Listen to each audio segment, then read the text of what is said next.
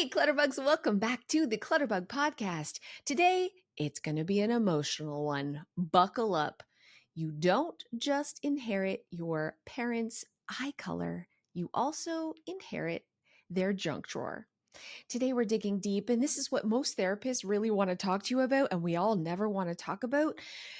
But listen, the way you're raised, the way your parents were when you're a kid has a huge and dramatic impact on you as an adult. Even 40 years later, stuff lingers. Sometimes it's the physical stuff. And we're going to dive deep into that in today's podcast. But before we get started, just like always, I want to inspire you to not just passively watch or listen. Get something done and make yourself proud. And just because we're doing something real different today, we're going to do a different type of declutter too. I don't want you to just do the dishes or, fold some laundry. Maybe today is the day that you do the thing I tell you never to do, and that is go down memory lane. Today, while we're talking, why don't you open up that memory bin or go to that photo album? Let's actually take time to do the thing we always put off, which is readdress and reassess our memories, the things from our childhood. And I don't want you going through your children's bin or your husband's bin or your spouse or your partner, but your memories. Let's see if they're still as important and worth keeping. Let's be brave today and do something really hard together. Usually, when I'm decluttering with a client or even talking with you on a video or a podcast, this is the last thing that I want you to do. I don't want you to go through your memories because it's always this like emotional productivity killing session. It really is. It's hard to move fast when we're dealing with memories, and it's hard to make decisions when we're feeling sentimental, when we're feeling nostalgic. All we want to do is think about the stories and touch everything and talk about it for endless hours.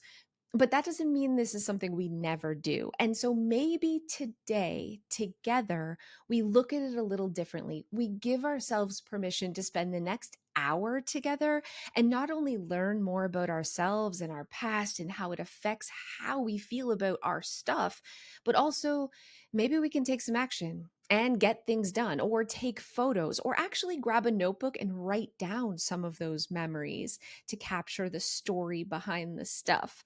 I want you to bring the feels today. So go to your memories if you want. I'm giving you permission, and let's jump in to how our childhood affects our clutter. I'm not totally letting you off the hook, though. I have to say that. I don't want you just reminiscing while you go through your memory bin. I want you to honestly find something to go, at least one thing. This is my challenge to you today, because I guarantee the things that you thought were really special a decade ago or even 2 decades ago don't have that same feeling now. And your memory bin, your sentimental stuff, should be special right up until the end, my friend, right up until the end. Make room for tomorrow. You still have years of life and memories to bring in. Make sure that you're not holding on so tight to yesterday that you're not leaving any room for tomorrow. My ultimate goal for you after listening to today's podcast is absolutely that you've let go of something. That's a challenge. I want to give you a gold star for that. But I also want you to have a plan for your memories, for your sentimental, because this is something we always put off. This is the scariest. This is the big, bad, terrifying emotional thing that we say we're going to deal with later, right? We start with trash, and then we start with easy donations, and then we get into clothing and dishes and kitchen. And I always tell you not to do the sentimental stuff. Why? Because it's hard. But today we're doing something hard. And even if it's just assessing and making a plan, that is putting you closer to having the home that you deserve. Because so often it is these tricky little traps when it comes to the sentimental clutter that is the roadblock, the last roadblock we got to kick out of the way. So maybe your plan is I only can keep one bin for photos and I have to get all my memories down into one Rubbermaid tote. Maybe that's the plan, but that's what you need. And first, you have to see what you're dealing with. So that's what you're doing today. You're actually going through the stuff, you're seeing what you have, you're seeing how much you have, and we're finding hopefully more, but at least one thing to go, and you're walking away today with an actual roadmap for an organized memory system. If you're listening to this and you're like, I don't even have a spot for memories, Kat, I don't have a memory bin, that's totally okay. I want you to think about creating today an actual memory system. And for me, that looks like one bin per each family member in my house. But even more than that, before that, I gather all my memories into like a memory catch all. I have a big old basket in my entranceway and I dump everything, whether it's a photograph or an obituary or a medal or a report card or some terrible artwork my kid has thrown together. It all goes into one place. And then one day a year, I take that out and I sort it into each family's memory bin. But you need to have a place for it to go in the meantime, because otherwise it ends up mixed in with bills and junk mail and a pile on your kitchen counter. So, what if today, if you have no system, you just gather the important stuff and you put it into a basket or a bin or even a cardboard box? And this is the start of your memory system. Are you ready to talk about our childhood? Ooh, every time I go to therapy, this is always the thing that I want to avoid the most, talking about, you know, how we grew up and our parents. And let's just get real though, it matters. And it isn't something we can blame for the rest of our life. Like, oh, it's all my mother's fault. Though sometimes that is true. No, no. We're putting down the excuses and the blame, but we can't also hide the fact that the reality is the way we are raised affects us even as adults. It has a lingering, lasting stink that's really hard to wash off. And for me, I was raised with a very non sentimental mother. That's just the reality. She wanted her house clean all the time, but she wasn't somebody who cared about memories or capturing those special things. And in fact, like when we moved when I was 10, she just decreed that I was too old for toys or anything else, artwork, basically anything at all, and everything was just kind of thrown in the trash. So I had this feeling of things were out of my control and taken from me, which made me want to hold on to everything even more. I also see a lot of people who kind of have the opposite, where their parents were super sentimental or really struggled with scarcity mindset and had a hard time letting go and prided themselves on reusing everything and recycling everything. And this became ingrained in them that this was really an admirable trait. We don't waste anything. We don't let go of anything. We keep everything. This is like a sign of being a good person.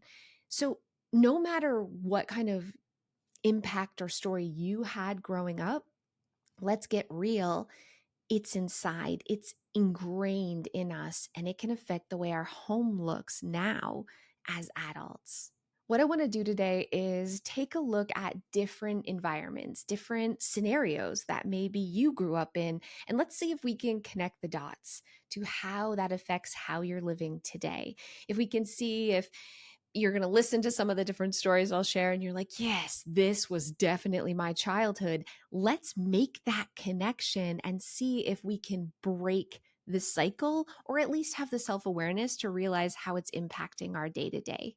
Again, I am not a therapist, but talking about my childhood has given me a lot of compassion for myself as an adult, for that little girl. I'm always like giving her a hug, in my mind. Like, sometimes we had messed up stuff happen to us or we didn't even realize it was weird or different and that it had an impact. And when we peel back the curtain, it gives us a lot of grace going forward. Like, there's nothing wrong with me. I just have this learned behavior, or I have this kind of um, trauma response to something that happened to me when I was really young and it's still affecting me today. And compassion and self-awareness is like so life changing. It really is, because we see for the first time like, oh, the reality of what's going on, and that's how we can make steps to changing. This is more than just also like the emotional aspect of it, like, oh, we are like this way because, our parents made us have all the feels, or this really bad thing happened. This is also science, in that we naturally think the way our parents thought. It's true. You just have to meet any 3-year-old to know that they're little mirrors of who's raising them. Everything, by like the way they talk, the way they interact with others. We are taught how to be humans from our parents. Whether it's subconsciously or not, we absorb their traits. We mirror their way of thinking. And this is science. And we have the ability as we get older to kind of rebel or lean into this. But let's be honest with ourselves. We are way more like our parents than we'd like to admit. That's all there is to it. We are trained from a very young age that this is how we are supposed to think and act. And of course, we adapt some of their traits and their way of thinking. I think a great example of this is if your parents had a lot of anxiety and fear when it came to letting go or throwing out an item, your little 4-year-old brain immediately also thinks decluttering is scary. Letting go is like, ooh, avoid that. That is a scary thing. You've learned to be fearful of that. But you've also learned that if you see your parents who are really prideful that they've mended a hole in the sock, or they've washed out the pickle jars and they're reusing them and they pride themselves on that, of course, you've learned that that is an honorable trait and that that is something we should strive to also do, because that is good. And that like is, you know what I'm saying? We're taught what's scary and we're taught what's really positive and happy. And of course, we still think this way now that we're grown-ups, even though maybe your parents were wrong. I want to start with the chaotic childhood. We're going to start there. So, you grew up in a home that was very messy. It doesn't even have to be a full hoarding situation, but there is an excess of stuff. Maybe this led to not a lot of cleaning. There was always kind of dirty dishes.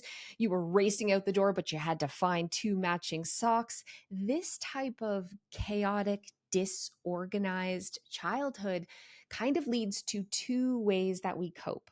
And coping strategies aren't a bad thing. This isn't like, oh, this is so bad and I shouldn't have acted this way. This is survival. This is about emotional regulation. We learn coping strategies to ease that anxiety and that peace in our brains and make us feel better. So, growing up in a chaotic, ooh, very messy, very like disorganized space can lead to 2 things. The first is like this hyper vigilant control. I'm not going to go that way. I'm not going to end up like this. I want everything organized. I'm lining up everything.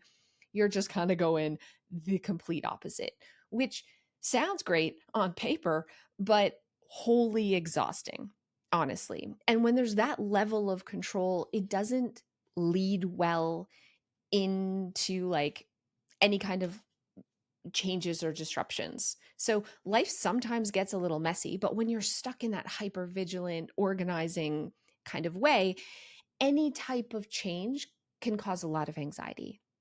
And it can cause a lot of just, yeah, emotional dysregulation because there's things out of your control. So that's kind of one way that we cope with the chaotic childhood. The other way is we embrace the chaos totally. And it's like this, well, why bother? And this is the way I was raised. And oh, I'm going to fail anyways. And any attempt at trying to manage it is futile.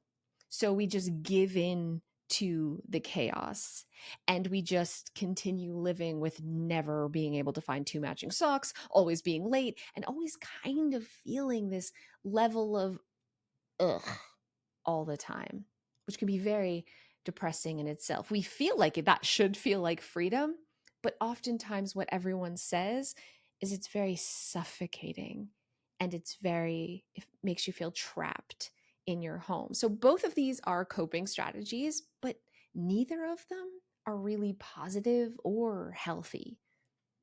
A lot of people, I think, strive for the like really ordered life, right? Especially if you grew up in a chaotic side, you're like, oh, if I just am perfect, and if everything is planned, and if everything is in control, then I'll never feel that chaos.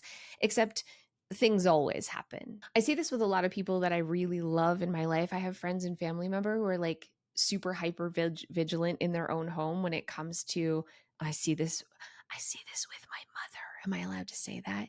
Yeah. Constant control and wanting everything perfect. So if anything at all is out of her control, like she's planning on having a party and she wants Chinette paper plates, but she goes to Walmart and they're out of paper plates, her whole life is now in chaos and it's destruction. And she falls into this sort of spiral of, not, I wouldn't say it's depression, but it's like anxiety and panic, and all the cards fall, right? Yeah, running out of paper plates at Walmart can actually lead to, well, now the party's off and I can't have anyone over and I might as well burn my house to the ground, because what is even the point? And you're kind of now stuck in immediate chaos. So there has to be this middle ground. There has to be systems in place so that even on our worst day, even if something way more serious than paper plates happens, we can still carry on. And our home is there to catch us and protect us and keep us running smoothly. It's not supposed to be an anxiety-ridden full-time job, but it's also not supposed to be the other way, which is that you just don't care at all. And whatever will just eat off our hands, and who even needs clean dishes or paper plates, right? Like we can't live in either extreme. The solution here is the middle ground. And that's what we need to find. And those are the systems we need to create to keep our lives going smoothly without the stress and the anxiety that our house can bring into our lives. There are other types of childhood environments that can affect us, outside of just, whether it was clean or whether it was really messy. Also, something that's really common is our attachment to things because of how we were raised, like emotionally. So, having parents that perhaps were a little unstable, not always emotionally available there for you, you were feeling like just not always safe, can also transfer that kind of fear onto physical objects. So maybe you had a blanket or a teddy bear or a favorite doll that was your safety net, if that makes sense. You learn at a really young age that a physical object can kind of satisfy something that people can't. Does that make sense? It can appease you, it can soothe you in a way that perhaps parents can't. So we learn that objects are safety and objects are emotional regulation, and physical things have a real important emotional need in our lives. And I see that a lot with adults. It's not always like you're still attached to the teddy bear. Now maybe you're attached to the shoes or the clothing or the purses or the kitchen gadgets or the hobby things or the craft supplies. It's all the same thing. It's this ingrained, learned behavior that our physical stuff is important, it's safe, it's soothing, and it's there for us even when the people we love are not. I think one of the biggest like childhood scenarios or environments that you grow up in that lingers, man, that affects you in crazy ways is scary. So having parents that probably struggled financially, or even they were raised in a scarcity environment where they always felt like they didn't have enough. There was always this fear of it could be gone tomorrow. You were raised by a single mom, or you were raised by parents who had like financial instability. Man, does that teach you at a very young age that money isn't safe, that it's not always going to be there. It can be taken from you at a moment's notice. You better stock up and save. You better have emergency. That is how you protect yourself. You don't throw out those extra screws because you need to have jars and jars of them in the garage just in case someday we can't afford screws or there's a zombie apocalypse and there's no more screws being made. There, I don't know exactly where your scarcity came from, but it's all the same side head, like heads of different coins. Does this make sense? Like it's all the same thing. And scarcity mindset doesn't just translate to like you buy a lot of crap at Costco and you have an entire basement filled with food. It has another neurological effect. Studies have shown that people who are in this low grade kind of even subconscious state of, oh, I don't have enough, I don't have enough, that actually lowers your IQ by up to 13 points. And I think why that's happening is just the constant cortisol levels, the constant underlying stress, the worry, the anxiety. And whether you realize if it's there or not, it's bubbling under the surface. Maybe you aren't struggling with money right now, but if you were raised in a household that was always fearful of not having enough, you are carrying that with you, whether you realize it or not. And it isn't that your stuff makes you dumb. That's ridiculous. What's happening is everything you own is something that's taking up space, not only in your home, but in your brain.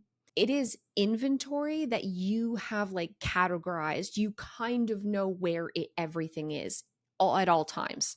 Maybe it's like in that back garage, in the back corner, in a box somewhere, but it doesn't matter. Everything you own is rattling around in your noggin. It really is. It is something that you have to be aware of and are aware of, even on a subconscious level.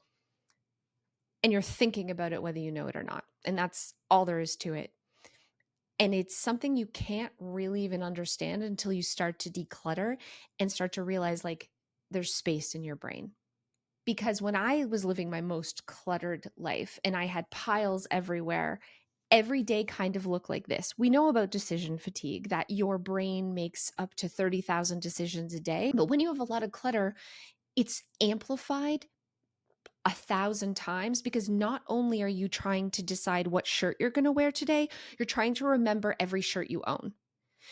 I know I have a red one. Oh, I have two red ones. No, I definitely have three. One has hearts on it. One has stripes. One has, where is that again? It's probably in the bottom. Did I wash it? I don't know.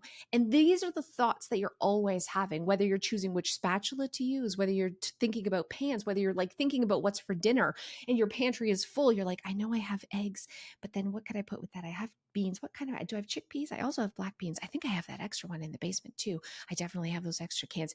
This is your brain always. The more stuff you have, the more that's going on, period. And this is why it's lowering your IQ. This is why it's causing you extra cortisol. This is why you feel like you're just a hamster on a wheel. The stuff is taking up too much space. This is something you have to see for yourself to believe. I want to take a second to thank today's podcast sponsor, Caraway.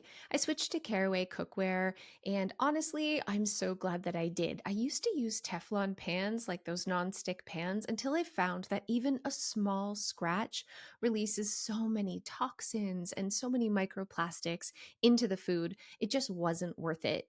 I love Caraway because not only do they come in lots of gorgeous colors, but they're heavy duty, and more importantly, they are non-toxic. So I don't have to worry about what I'm cooking and what I'm feeding my kids. I also love that they're so easy to clean. I have their famous entire cookware set, but they also have things like cutting boards and food storage containers, all of which you know are safe and microwave safe and dishwasher safe. Trust me, if you are thinking of making a change, you want to look into Caraway. Right now, you can go to caraway.com and use the code Clutterbug to save an additional 10% off your next purchase. So let's jump into another scenario that maybe you were raised in. And this, I feel like this is a scenario I was raised in, which is your parents were very minimal. They were either minimalists or maybe they were even really just really organized, very tidy. Maybe you had a stay at home mom whose full time job was to take care of the house. And a lot of your interactions with them were, did you clean your room? Did you cut the grass? Clean the kitchen? Blah, blah, blah. And it seemed from a child's perspective that this was like top priority. This is definitely what my childhood was like. And I rebelled hard because as a teen, I was like, that seems awful. You go to work all day at some job you don't like, and then you come home and you work on your house all day, and there's no happiness, and it's just chronic cleaning just for it to get messy again. Absolutely freaking not. And you don't even really care about anything in your home and nothing special except what company thinks when they come to visit you, this is bonkers. And so what I did is I just became like a slobby hoarder. And I think part of that was, yeah, I rejected my parents' lifestyle. I wanted to be my own person. I rebelled hard and went totally the opposite way. And I have seen this again and again. This is like a common response. So I will meet clients and they'll have like a really messy home and they'll say, "Oh, my mom was such a neat freak. I don't know why I am the way I am." And I'm thinking, I know, it's because you're secretly rebelling. This is science too. This is something that we often do. We either want to people please our parents and we want to like make them proud subconsciously. And so we mimic their behaviors, or we want autonomy and we want to be our own person and we reject it. I've seen this, which I think is so fascinating. This is totally off topic, but with like smoking, just stay with me here. Growing up as a kid, my parents smoked like chimneys and all my friends' parents smoke like chimneys. And we were like, we are never smoking. That is stupid. Our parents are idiots. And no one I knew smoked as an adult, like no one. And we were like, that's dumb. Now we have all these teenagers vaping. You know why? Because their parents don't.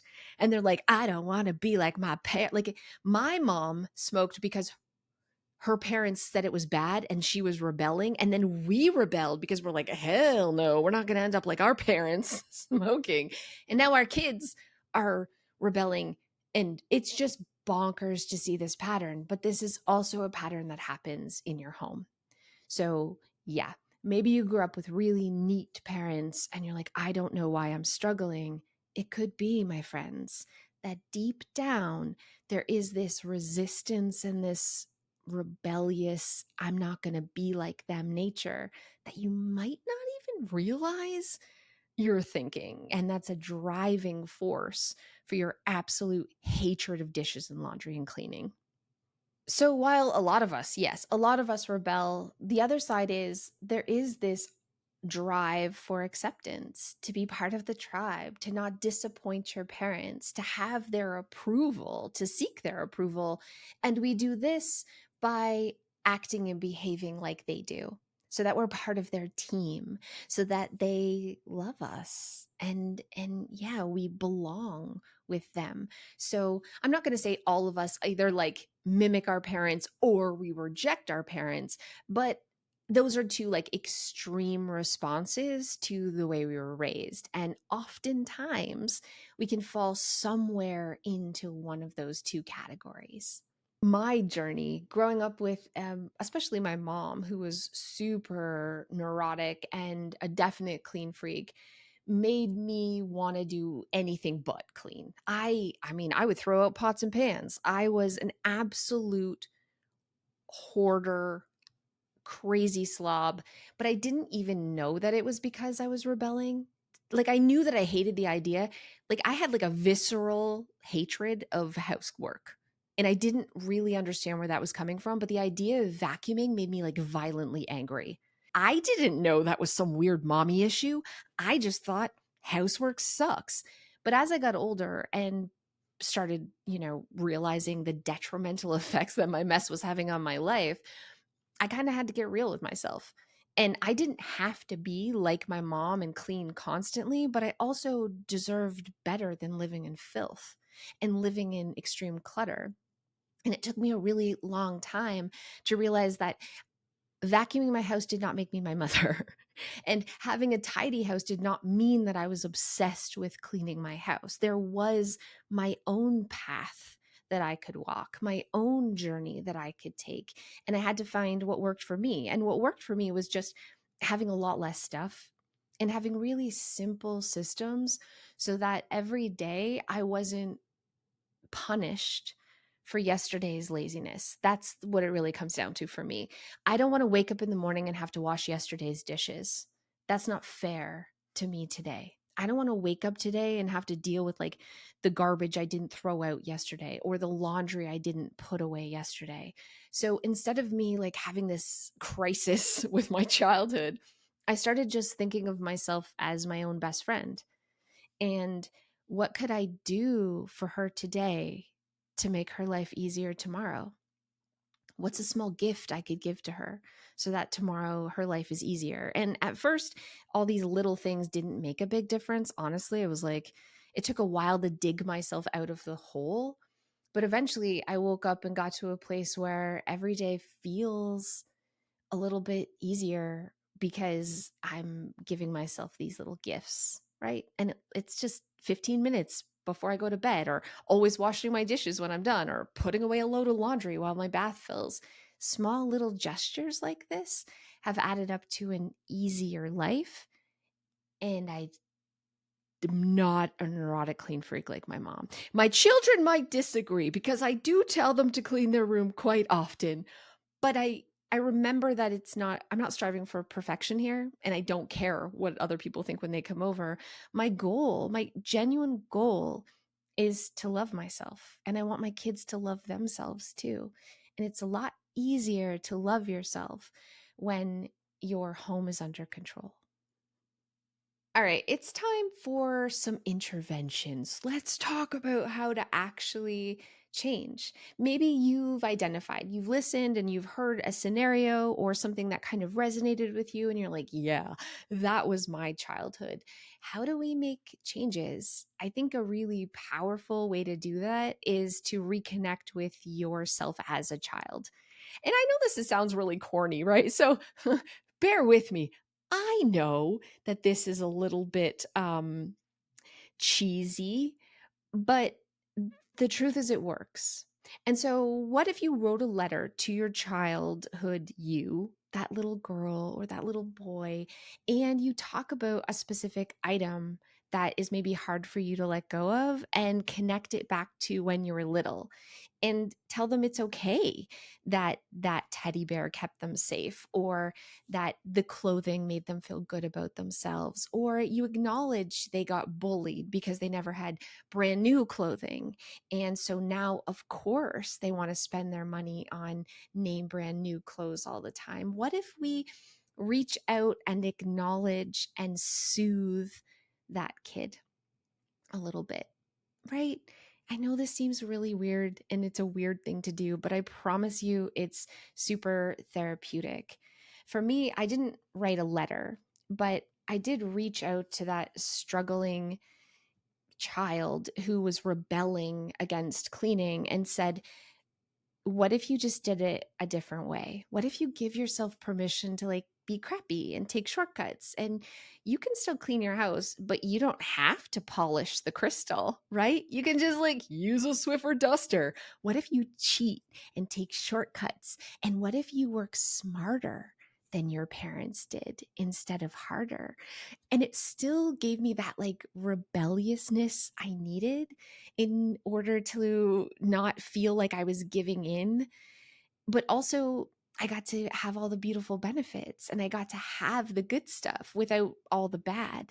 So I feel like just saying, oh, I'm doing this because, my parents or XYZ is fine, but I also think it's okay to like lean into that rebelliousness, or lean into like, yeah, I'm trying to people please my parents, but maybe they're still proud of me because of all of these things, and write a list of all the ways that you're amazing, or all the ways that you make your parents really proud without it having to copy them. Or how do you make your parents proud by being different than them? what have you accomplished that they never could have? Yeah, it's work. Okay, you guys, it's effort, it's emotional, but it's worth it. And it starts with the self-awareness. It starts with connecting those dots. And then how can we give ourselves some grace and some love?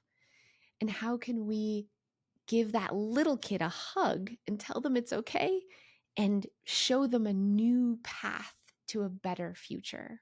If you are rolling your eyes right now while listening to this podcast, don't shut it off. Listen, maybe you don't want to get all lovey dovey with your childhood self and write some sort of it's okay and I understand you thing. Here's something else that you can do. That's still kind of like it's adjacent, okay? It's adjacent, but it's not as emotional. What if you take a photo of a messy space or three? Like just literally pull out your phone, take a photo, and here's what I want you to do. I want you to pretend you are your 10-year-old self. And then as that person, take a look at that photo and tell me why you're keeping it. And it might be like, I think this is cool and I like board games and board games are fun. So I want to have lots of things that are super fun. Like, I don't know. But what's really fascinating is you justifying your stuff as a 10-year-old is going to sound a lot like you justifying yourself as a grown up. You're going to see the connection. And then you're going to think, wait a minute, I'm not 10 anymore. And does it really matter if I have a super cool collection that's really rad and awesome and on a shelf? It's kind of the equivalent of, Backstreet Boy posters on my bedroom walls. Like maybe you're still holding on to a little bit of that 10-year-old you, and doing this exercise can actually be really helpful to point that out to you. There are lots of strategies that can help you declutter your sentimental things because it's hard. I'm not going to lie, it's super hard.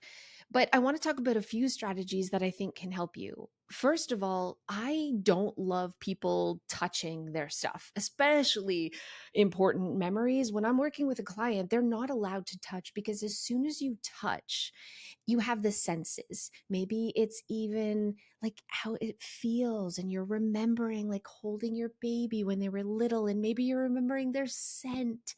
That's a big one too. And everything's being flooded back. So it's really hard, but I'm not there with you. You're gonna have to touch your stuff. So what are some strategies that can help you? And the first thing is grabbing honestly a notebook and a pen, or a piece of paper and a pen, and think about a to-do list, right? When we think about all the cool things we want to do, we write them all down, we brain dump them down, and then that's overwhelming. That's exactly what's happening with your memories. You have all of them gathered, and all you see is special. But if you grabbed that to-do list and you started circling the top priority, or making a list of the things that are like action items you have to take right away, it brings clarity. It prioritizes. And we have to do this for our memories too. So take a look at all your memories and then write down the ones that are like key, the things you think of that are like the most important. I recently went through my kids' memory bin for a video, actually, because I haven't gone through them in years. And I realized as I was going through them, I had this like epiphany. I'm thinking the stuff that I really want to keep are the things I want to pass on to them when they have children. So, what's actually important are these transferable memories that they can give to their kids, the toys that they played with that were their favorites that they can then share with their kids, the clothing that they wore home from the hospital. Maybe that's also the outfit that their daughter can wear home from the hospital, or the first Christmas dress, or the first Halloween costume. That's what's special. The report cards and the artwork suddenly felt like, why am I keeping this? Right? Like, what, this no longer serves the purpose, because the purpose of this memory bin is for my children to pass it to their children. And just that, looking at it in that reframe really helped me get rid of a lot of things, make room for those other new memories for them to pass to their kids. I never thought of it that way before because I had never prioritized my memories before. And you can do this with a piece of paper. You don't even have to touch. You can literally just start making a list of what's the reason you're keeping this? What is the goal for this stuff in the future? When you're gone, because we're all going to be gone, what do you want this stuff to say to your loved ones? What is the message here? And that can be done with a piece of paper, and that can give you a plan and clarity going forward. And if it's still really emotional and you're going down memory lane, let's change up maybe some of your senses. Listen, you can't gouge your eyes out, or you could put on rose colored glasses, I guess, but you can change the scent. You can light a candle.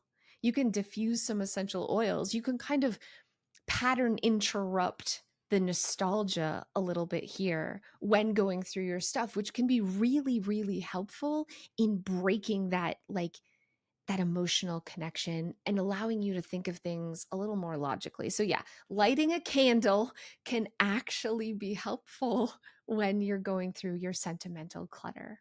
You know how I love putting people into categories. So I have come up with archetypes, three categories of people. Okay. When it comes to that holder on to of sentimental things, the first I call the compensator. This is somebody who feels almost empty. It's like they're filling a void. They're keeping and they want to collect things that they didn't have when they were younger to kind of make up for even emotional neglect, question mark. Ooh, that's tough. That was definitely me.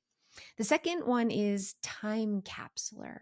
A time capsuler feels like they're going to forget the memories. They feel almost panicked when they can't see and have. They're the ones that are nostalgic and sentimental. And when they see and touch those items, they're flooded with all the happy memories they want to cherish and make sure that not even one of them slips through their fingers. And last, we have the loyalist. The loyalist keeps things out of guilt. They don't want to disappoint anyone. They want to hold on to all those things and be the person who categorizes and captures the memories for the whole family. They have grandma's china that they never use, but they couldn't possibly let go of it. Now I want you to think about your childhood bedroom, okay? So, was your childhood bedroom typically museum like? So, you had a shrine to all your favorite things, all the rocks you collected kind of lined up? Was it overflowing with hand-me-downs? Was it filled with things that other people felt were special or gifts people had given you? Or was it chaotic but emotionally safe? Did your stuff build walls in your bedroom to protect you? If it was museum like, you are probably a time capsuler. If it was overflowing with gifts and hand me downs or other people's collectibles, you were a loyalist. And if it was chaotic and you just built walls but it felt safe, you are definitely a compensator. To help you identify which one you might be, I have questions that I'm going to ask you. And I want you to answer just honestly the first thing right off the top of your head. When you are considering letting go of something from your childhood, do you feel panicked? Do you feel guilty? Or do you feel empty? So if you're panicked, if you're like, oh, I couldn't possibly, this is a time capsuler. You're worried you're going to forget about that special memory. If you feel guilty, you're probably a loyalist. And if you feel empty, right? You feel oh, that's so, ooh, there's real dark place if I get rid of that. You're probably a compensator. I have to take a second to thank today's podcast sponsor, Cozy Earth. A few years ago, I switched to Cozy Earth sheets, and honestly, there's no going back because they're so soft. They feel like luxury, but my favorite part is that they're temperature regulating because I get hot, my friends. So having beautiful sheets that also keep me cool, absolutely amazing. And right now, Cozy Earth has a risk-free purchase trial, so you can try any of their beautiful bedding for 100 nights. And if you don't love them, You can return them hassle-free, but trust me, you won't want to. They also have a 10-year warranty on all their bedding products. That's a decade of cool quality sleep. Whether you want to try their beautiful loungewear or PJs or their bedding, you definitely won't be disappointed with Cozy Earth. And right now, you can go to cozyearth.com and use the code Clutterbug for 40% off their best-selling temperature-regulating sheets, apparel, and more. Trust me, you will feel the difference the first night. Things have gotten real emotional up in here, and honestly, I've talked for a very long time. Let's lighten the mood a little bit. Let's move into some decluttering dinosaurs segment, because you've probably, as you're gone through your stuff, found a few dinosaurs. Let's hear what dinosaur Helen has found. This wasn't gross or totally unexpected given my husband's nature, but I found tax records from 1978 through the present day, which was at that time 2024. My husband was a paper hoarder, and granted, these early tax records were nothing more than 1040 EZs, which progressively got bigger, but 1978 is the year before I met him.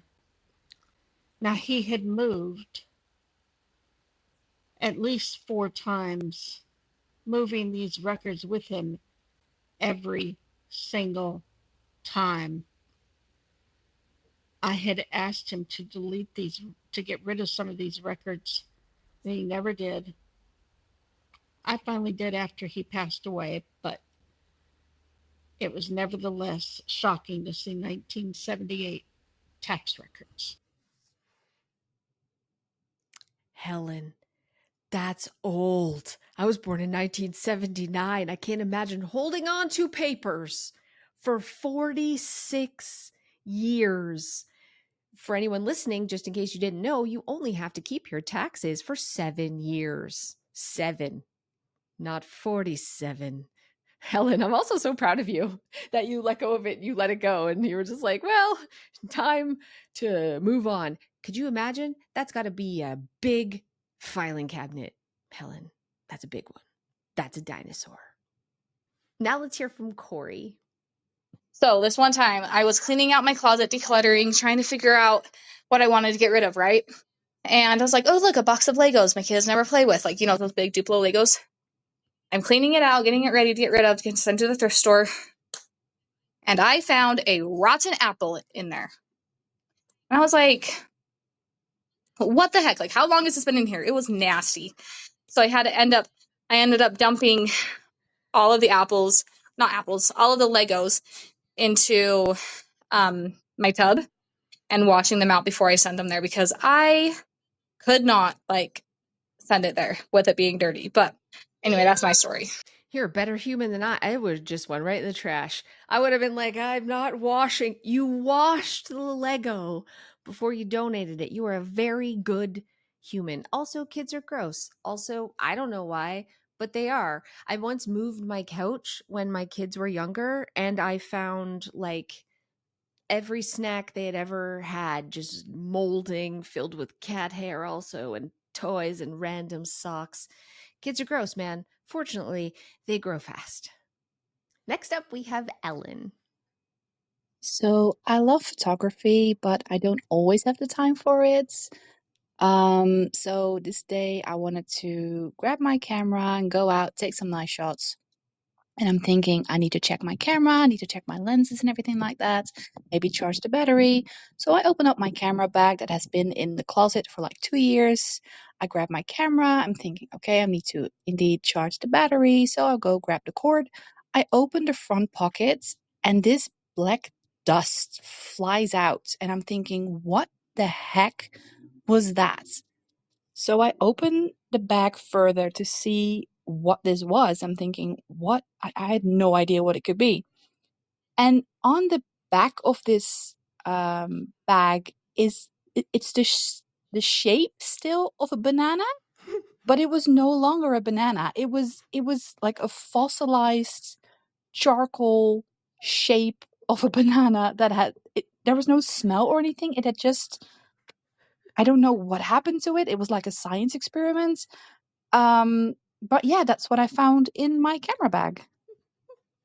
I find that so funny. That's hilarious. I could just imagine like the puff of dust. Also, why did it turn into dust? You must have a very dry climate where you are. This is so fascinating. I thought it was going to be something real weird and gross. A dusty banana, not too bad in the grand scheme of things. And last but not least, let's hear from Rachel. When my mom passed away, she didn't have a lot of things to go through, but she did have a lot of mementos. My sister and I had totes and totes of things from our childhood to sort through and decide if we were going to keep. We found a small Ziploc baggie with what looked like a small rock in it. Perplexed, we turned it over to see that it was labeled. It said, "Brownie nut, Sarah got stuck in her nose, 1994. That was the strangest thing we ever found. Why, Rachel? Why? Why would she keep that?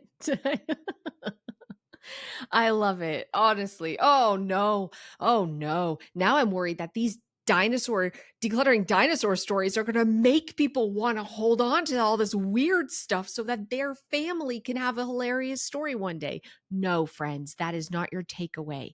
That is not your takeaway from this segment. I hope you took the challenge today and found one thing to let go of. But more importantly, I hope you've reconnected a little bit with your childhood self, maybe connected some of the dots too of your behaviors or why things are hard. And most importantly, I hope you enjoyed going through your memories. And I hope you did it at a slow pace. I'm always like, quick, grab a bag, throw everything out. But sometimes it's okay to slow down and to really think about what matters and appreciate and reminisce about the things that are important and the things that matter. And I don't want you to do your whole house like this. I don't want you to go through your whole house in like slow mo and writing letters to yourself about each item. But in this case, with this stuff, you have permission. This is what really matters. This is the stuff that 20 years from now is still going to be important to you. So make sure you handle it with care. Make sure you take your time and make sure, most importantly, you give it a place of honor and that you only keep the best of the best. Because when everything is special and important, nothing is. Don't pass on a burden of things that don't matter to future generations. Do the work today and cultivate a memory bin that matters. Thank you guys so much for listening. I hope you're feeling inspired. I hope you learned something about yourself today, and I hope you're proud. I'll see you guys next time.